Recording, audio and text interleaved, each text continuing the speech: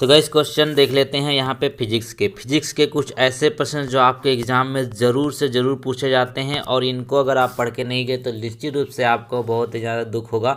तो देख लेते हैं। तो पहला प्रश्न कहता है कि रेफ्रिजरेटर में शीतल किस प्रकार होता है। ठीक है, रेफ्रिजरेटर जो आपका फ्रिज होता है इसमें कोई वस्तु ठंडी किस प्रकार से होती है। तो देखिएगा ये क्या होता है कि संपीड़ित गैस के सहसा प्रसार के द्वारा, प्रसाद यहाँ पे लिखा है कोई बात नहीं, तो प्रसार के द्वारा मतलब जो संपीड़ित गैस होती है, जो कंप्रेस्ड गैस होती है, उसके प्रसार से या जो चीज़ें ठंडी हो जाती हैं। क्वेश्चन नंबर अगला देखेंगे तो कहते हैं कि किस कारण से हम कोहरे के दौरान देख नहीं पाते हैं। अब कोहरा जब पड़ता है ना उस समय हम देख नहीं पाते हैं, इसकी वजह जानते हैं क्या होती है। तो कोहरा के दौरान हम नहीं देख पाते, वो होता है प्रकाश का प्रकीर्णन होता नहीं है, तो इसकी वजह से हम देख नहीं पाते हैं। ठीक है, याद रखेंगे। क्वेश्चन नंबर अगला देखिए, कहते हैं कि साबुन के बुलबुलों में रंगों का बनना निम्नलिखित में से किस घटना के कारण होता है। ठीक है, जो साबुन के बुलबुले हैं उसमें रंग बन जाते हैं। अभी आप देखें कपड़े वपड़े धुलते समय कि उसमें रंग सा जो प्रतीत होता है कि कलर यहाँ पे बन गए हैं, तो वो किस वजह से होता है। तो होता है प्रकाश का व्यतिकरण। किसके कारण? प्रकाश का व्यतिकरण के कारण इसको यहाँ पे याद रखेंगे। क्वेश्चन नंबर अगला देखिए, तो कहते हैं यहाँ पर कि प्रिज्म से गुजरते समय कौन सा रंगीन प्रकाश सबसे कम झुकता है। ठीक है, प्रिज्म से गुजरते समय कौन सा रंगीन प्रकाश सबसे कम झुकता है, सबसे कम डेविएशन जिसका होता है। तो याद रखेंगे कौन सा होता है, ये लाल होता है। ठीक है, हमने कई बार आपको बताया है कि ये विबग्योर होता है। इतने सारे कलर जो है ये आपके हमारे प्रकाश में पाए जाते हैं, violet, indigo, blue, green, yellow, orange और रेड। ठीक है, सबसे ज़्यादा डेविएशन किसका होता है, ये आपका होता है वायलेट का, और सबसे कम किसका होता है, आपका होता है रेड का। ठीक है, क्वेश्चन नंबर अगला देखेंगे। अगले प्रश्न में कहते हैं कि निम्नलिखित में से किसमें ऑप्टिकल लेंस नहीं है। ठीक है, किसमें ऑप्टिकल लेंस नहीं है, तो ये आपका राइट आंसर होगा यहाँ पे स्टेथोस्कोप। ठीक है, स्टेथोस्कोप में क्या होता है, ये डॉक्टरों की ज़्यादा यूज किया जाता है, इसमें लेंस वगैरह नहीं होते हैं। ठीक है, तो ये आपका राइट आंसर हो जाएगा डी वाला। ठीक है, तो चलिए यहाँ पे बता दूं कि पीडीएफ अगर आपको लेनी है तो नीचे दिए गए व्हाट्सएप नंबर पर आप पीडीएफ ले सकते हैं, आपको मिल जाएगी, बहुत ही शानदार है।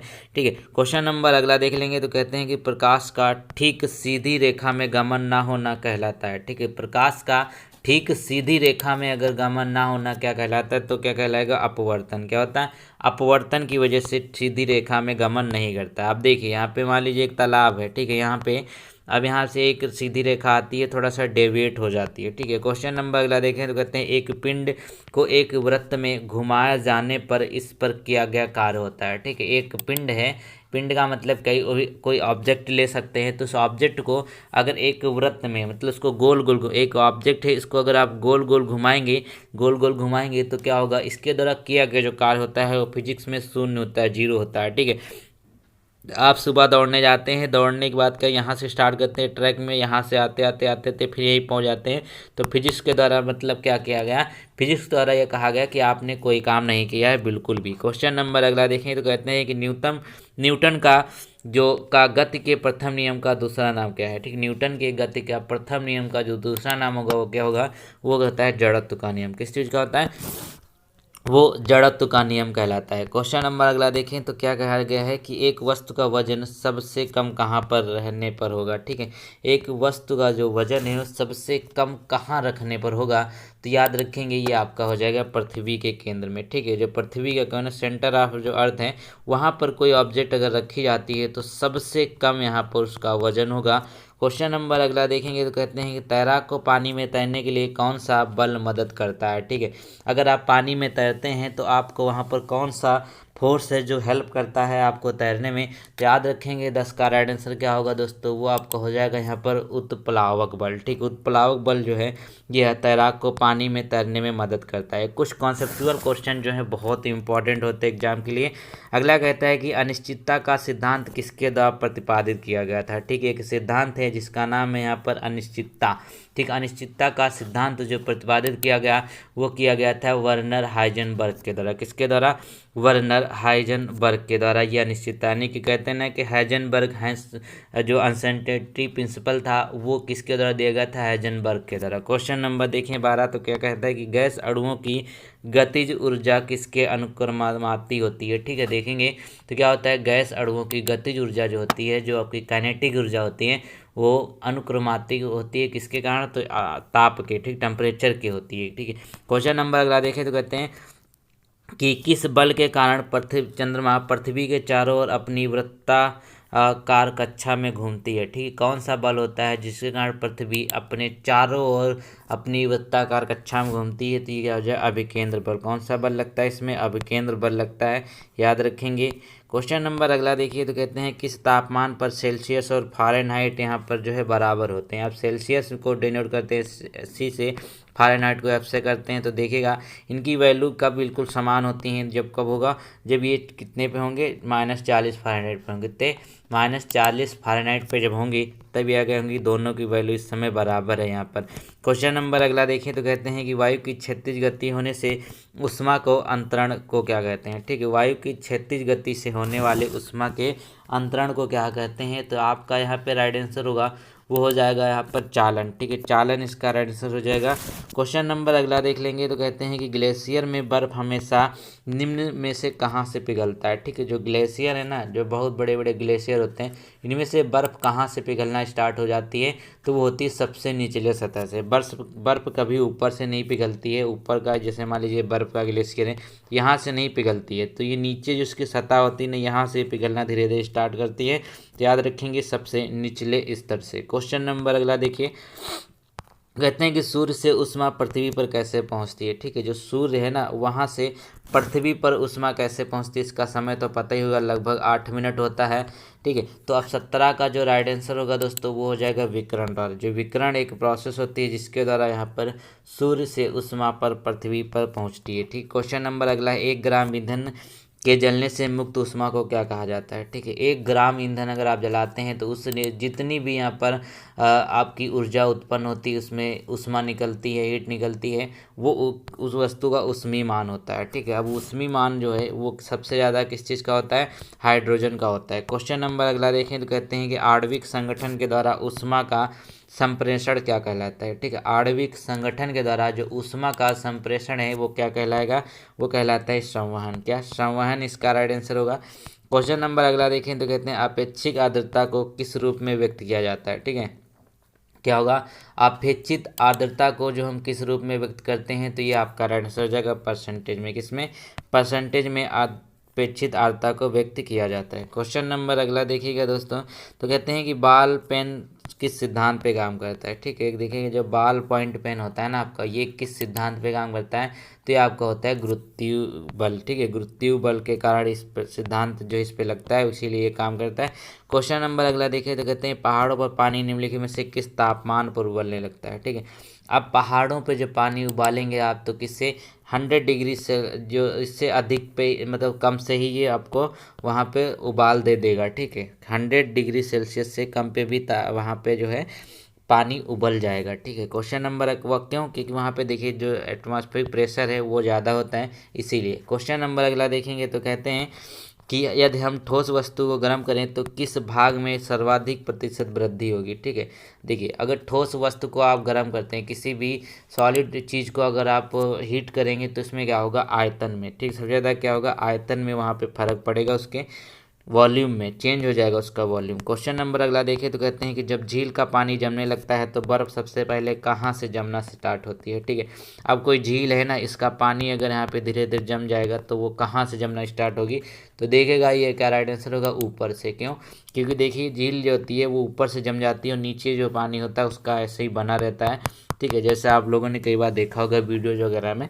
क्वेश्चन नंबर अगला देखिए, तो कहते हैं कि ठोस का सीधे वाष्प में परिवर्तित होना क्या कहलाता है? ठीक है, ठोस से यानी कि सॉलिड से अगर वो सीधे वेपर में कन्वर्ट हो रहा है तो उस प्रोसेस को क्या कहते हैं? तो याद रखेंगे, उसको कहते हैं क्या? सब्लिमेशन या फिर ऊर्ध्वपातन। ठीक है, याद रखेंगे सब्लिमेशन या फिर ऊर्ध्वपातन। जैसे कपूर हो गया, कपूर जो है ना, ये क्या करता है? ये सॉलिड होता है लेकिन सीधे ये आपका गैस में कन्वर्ट हो जाता है। क्वेश्चन नंबर अगला देखिए, तो कहते हैं कि जल का जमाव किन स्केलों पर समान होता है? ठीक है, जल का जमाव जो होता है कौन सी स्केल होती हैं जिन पर समान होता है? तो सेंटीग्रेड और रिमर। क्या होगा? सेंटीग्रेड रिमर, यहाँ पे ये जल का जमाव समान होता है सेंटीग्रेड और रिमर में। क्वेश्चन नंबर अगला देखिए, आपको बता दें कि अगर आपको यहाँ पे PDF चाहिए, ठीक है, तो सामाजिक विज्ञान के लिए आप यहाँ पे देखेंगे कि आपको 1000% मिलेंगे, विज्ञान के आपको 1000% मिलेंगे, स्टैटिक GK प्लस यहाँ पे करंट अफेयर ये आपको 1000 मिलेंगे।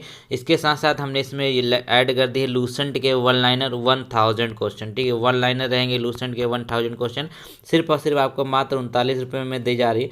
39 में इसलिए दी जा रही है क्योंकि देखिए फ्री की कोई इज्जत नहीं होती, आप पैसा देंगे तो PDF पड़ी नहीं रहेगी आपके गैलरी में, बल्कि आपको उसको पढ़ेंगे, वरना फ्री दे देंगे तो आपको यहाँ पर देखने को क्या मिलेगा, आप पढ़ते ही नहीं है उसको। तो यहाँ पे इसके लिए करना क्या है, ये आपको नंबर दिख रहा है यहाँ पर 7238804081, इस पर आप हमको मैसेज कर सकते हैं, आपको वहाँ पे PDF प्रोवाइड करा दी जाएगी। तो दोस्तों हेलो गाइस, वेलकम में गाइस ICAR प्रैक्टिस सेट में आप सभी को स्वागत है। गाइस आज जो प्रश्न करने वाले हैं आपके ICAR के लिए साइंस के, साइंस में जो रहेगी बायोलॉजी देखिए आप लोगों को बहुत ज़्यादा यहाँ पर हर समय फंसाती रहती है। तो यहाँ पर आज जो क्वेश्चन करने वाले बहुत इंपॉर्टेंट है आपके एग्जाम के पॉइंट ऑफ व्यू से। तो चलिए शुरू कर लेते हैं। उससे पहले बता दूँ कि वीडियो को लाइक कर दें, चैनल को सब्सक्राइब कर दें। अगर आपने अभी तक सारी PDF नहीं ली है तो ले लीजिएगा, बहुत हेल्पफुल होने वाली है। तो कहते हैं कि वर्गीकरण की सबसे छोटी इकाई कौन सी है, ठीक है, यानी कि क्लासिफिकेशन में सबसे छोटी जो यूनिट होती है वो कौन सी होती है बायोलॉजी में, तो याद रखेंगे वो होती है जात, ठीक है। जात जो है ये सबसे छोटी इकाई रखी गई है। क्वेश्चन नंबर अगला देखिए, तो कहते हैं कि अनाज वाले पौधे किस कुल से संबंधित है, ठीक है। अनाज वाले जो पौधे होते हैं बेसिकली ये किस कुल से संबंधित होते हैं, तो ये आपका राइट आंसर हो जाएगा क्या, ग्रेमनी नाम का यहाँ पे देखिए ये इसका कुल होता है। अनाज वाले जितने भी आपके खाद्यान्न हैं ये सब ग्रेमनी कुल से संबंधित हैं, याद रखेंगे। क्वेश्चन नंबर अगला देखिए, अगले में कहते हैं कि पपीते के पीले रंग का कारण क्या होता है। अब पपीता देखिए बहुत ही ज़्यादा रिच होता है किसमें, विटामिन ए में। अब यहाँ पे याद देखेंगे थोड़ा सा एक चीज़ को कि यहाँ पर पपीते का जो पीला रंग होता है वो किस चीज़ की वजह से होता है, तो कैरिकाजेंथिन, किसके कारण होता है, कैरिकाजेंथिन के कारण पपीते का पीला रंग यहाँ पर होता है, ठीक है। और भी यहाँ पे चीज़ें देखेंगे तो एक क्वेश्चन आता है कि टमाटर का लाल रंग किसके कारण होता है, वो होता है लाइकोपिन, ठीक है, याद रखेंगे। क्वेश्चन नंबर अगला देखिए, तो कहते हैं उच्च रक्तदाब को रोकने हेतु औषधि प्राप्त होती है, ठीक है।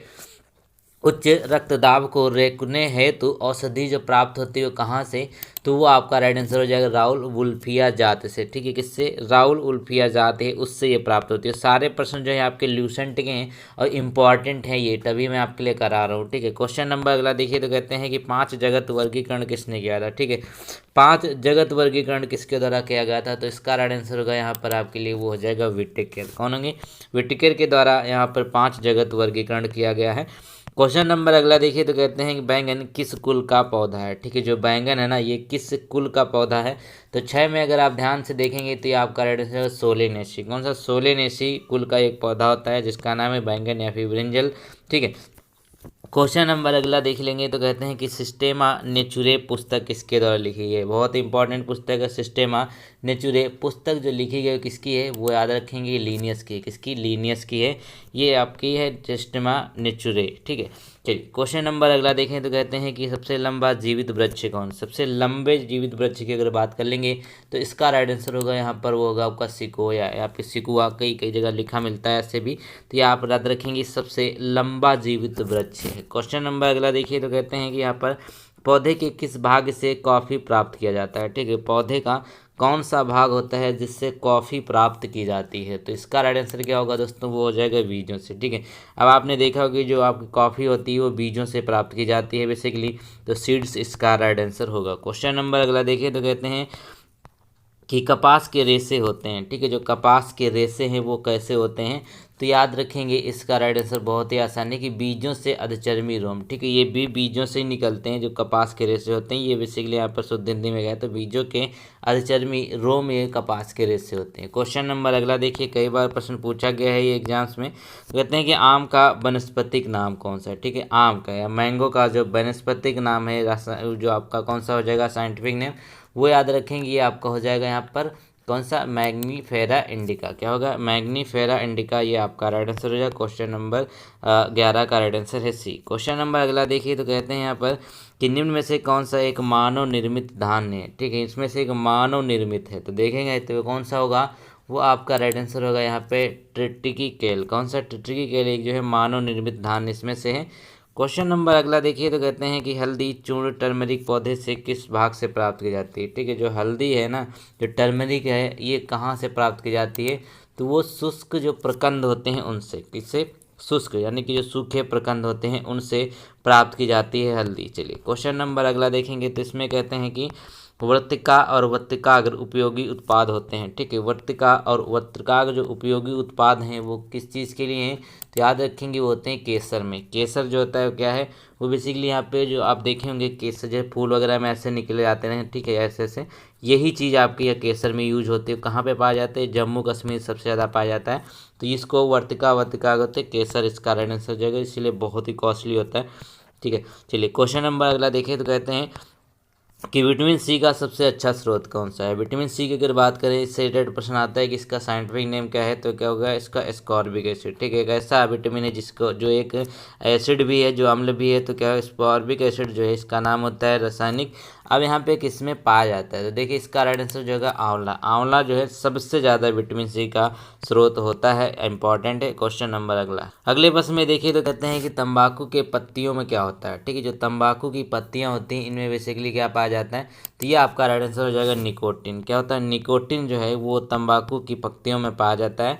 चलिए क्वेश्चन नंबर अगला देखेंगे, तो कहते हैं कि भारत के प्रमुख धान्य फसल कौन सी हैं। खाद्यान्न की अगर बात कर लेते हैं, जो खाने योग्य फसलें इनको धान्य भी कहा जा सकता है, तो ये कौन सी हो जाएंगी आपकी चावल। चावल जो है पूरे भारत में हर जगह लगभग उगाया जाता है और सबसे ज़्यादा लोग इसका सेवन करते हैं, तो आपका राइट आंसर हो जाएगा चावल। ये भारत की प्रमुख धान्य फसल है। क्वेश्चन नंबर अगला देखिए, कहते हैं कि बांस को किस में वर्गीकृत किया गया है। जो बांस है वो किस में वर्गीकृत है, तो देखिएगा ये जो बम्बू है ना, ये सबसे तेज़ बढ़ने वाली घास है। ठीक है, दुनिया की सबसे तेज़ बढ़ने वाली घास है, इसीलिए इसको घास में वर्गीकृत किया गया है। तो आपका राइट आंसर क्या हो जाएगा, बी होगा।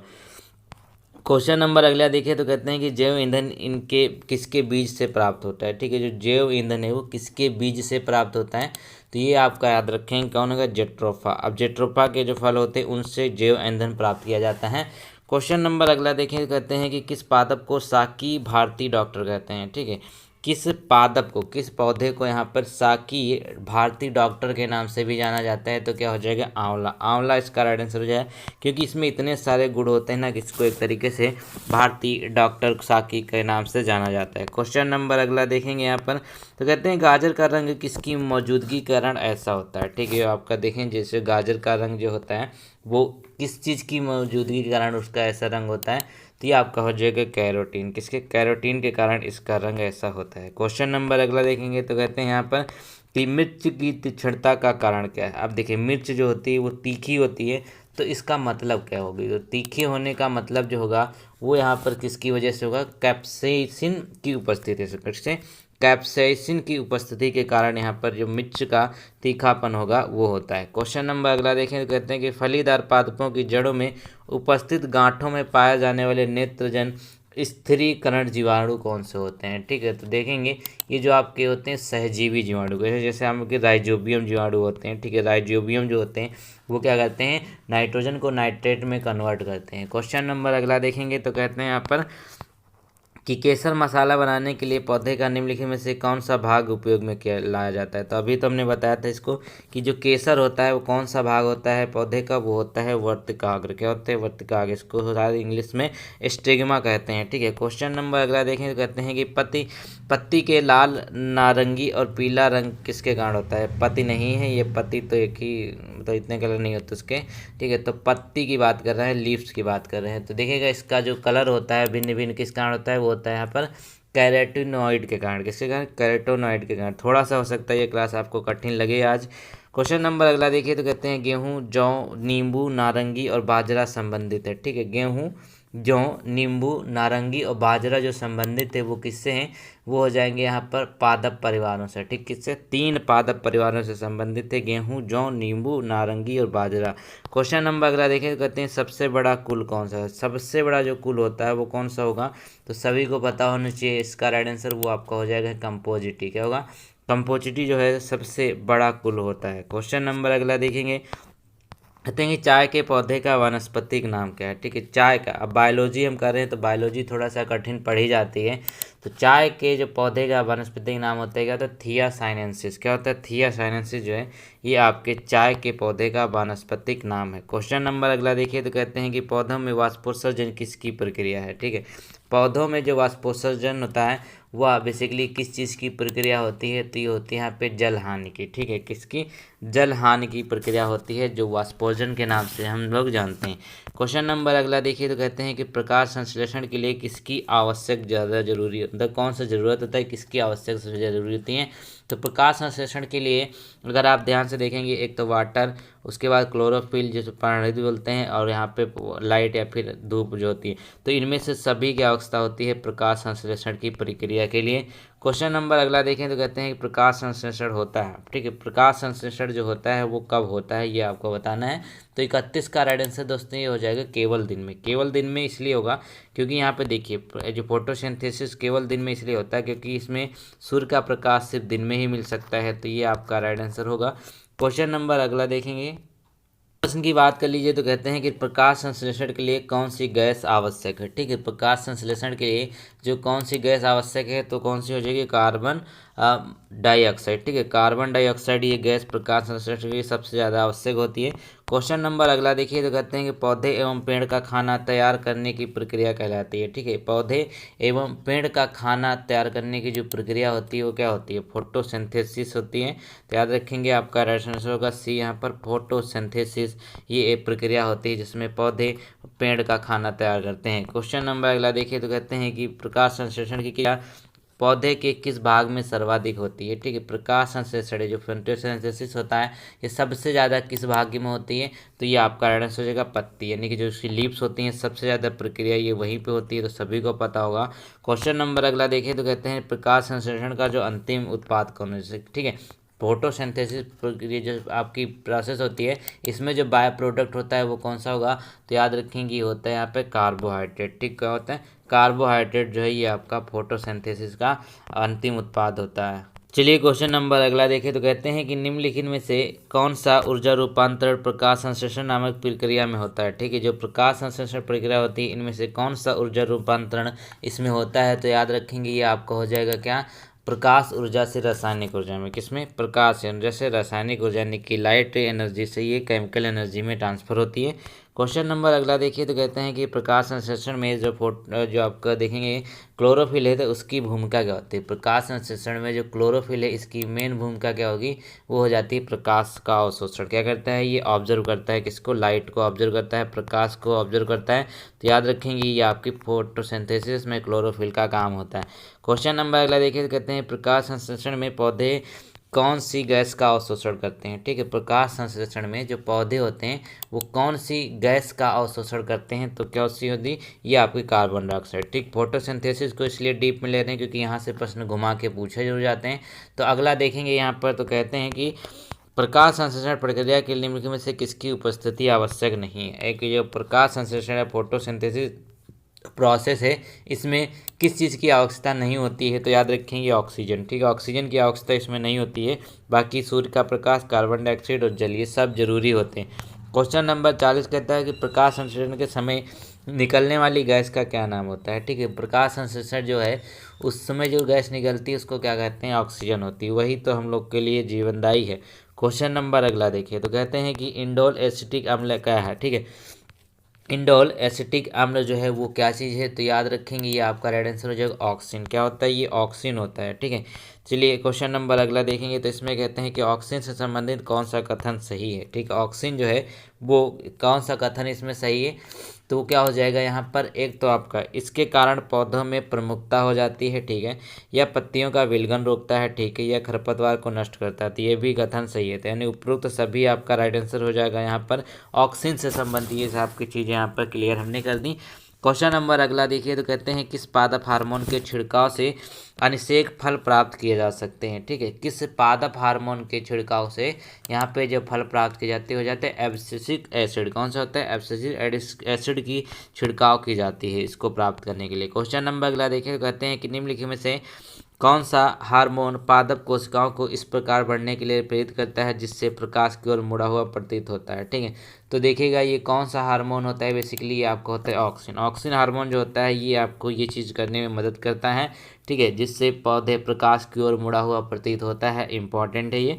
क्वेश्चन नंबर अगला है कि कोशिका विभाजन में मदद करने वाला पादप हार्मोन कौन सा है, ठीक है। कोशिका विभाजन में मदद करने वाला जो पादप हार्मोन हो जाएगा वो कौन सा हो जाएगा, साइटोकाइनिन। कौन सा, साइटोकाइनिन इसका राइट आंसर हो जाएगा। कोशिका यानी कि सेल डिवीजन में मदद करता है, ठीक है, याद रखेंगे सेल डिवीजन में ये हेल्प करता है, कौन सा, साइटोकाइनिन। क्वेश्चन नंबर अगला है कि निम्नलिखित में से कौन सा एक प्राकृतिक फल पकाने वाला हार्मोन है, ठीक है। यहाँ पे देखिए कहते हैं कि प्राकृतिक फल पकाने वाला हार्मोन जो है वो कौन सा हो जाएगा, वो होगा यहाँ पे एथिलीन। कौन सा, एथिलीन जो है ये इसका राइट आंसर होगा। चलिए क्वेश्चन नंबर यहाँ पे अगला देखेंगे यहाँ पर हम।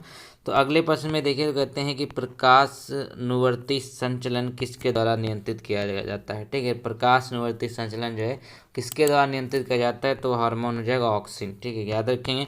क्वेश्चन नंबर अगला है कि पादप वृद्धि हार्मोन जिबरेलिन किससे निकाले जाते हैं, ठीक है। देखिएगा तो जो पादप वृद्धि हार्मोन है ना ये किससे निकाले जाते हैं, तो ये याद रखेंगे किससे, कवक से निकाले जाते हैं, किससे, कवक इसका राइट आंसर हो जाएगा। क्वेश्चन नंबर अगला देखिए तो कहते हैं कि निम्नलिखित में से कौन सा एक खरपतवार जो है मारक है, ठीक है। खरपतवार है मारक, इसमें कौन सा है, पेस्टिसाइड कौन सा है, तो वो हो जाएगा 2,4-D। क्या याद रखेंगे, 2,4-D बहुत इंपॉर्टेंट है, ये कई बार पूछा गया। क्वेश्चन नंबर अगला देखिए तो कहते हैं कि निम्न में से किस पेड़ को अपनी वृद्धि के लिए सर्वाधिक मात्रा में जल की आवश्यकता होती है, ठीक है। किस पेड़ को होती है सर्वाधिक मात्रा में जल की आवश्यकता अपनी वृद्धि के लिए, तो 50 का यहाँ पे जो राइट आंसर होगा दोस्तों वो हो जाएगा यहाँ पे यूकेलिप्टस, ठीक है, याद रखेंगे यूकेलिप्टस जो होता है उसको सबसे ज़्यादा आवश्यक होती है, ये वाला आपका राइट आंसर होगा। तो 50 क्वेश्चन हमने कर लिए। अब चलते हैं अगले क्वेश्चन। उससे पहले दोस्तों हम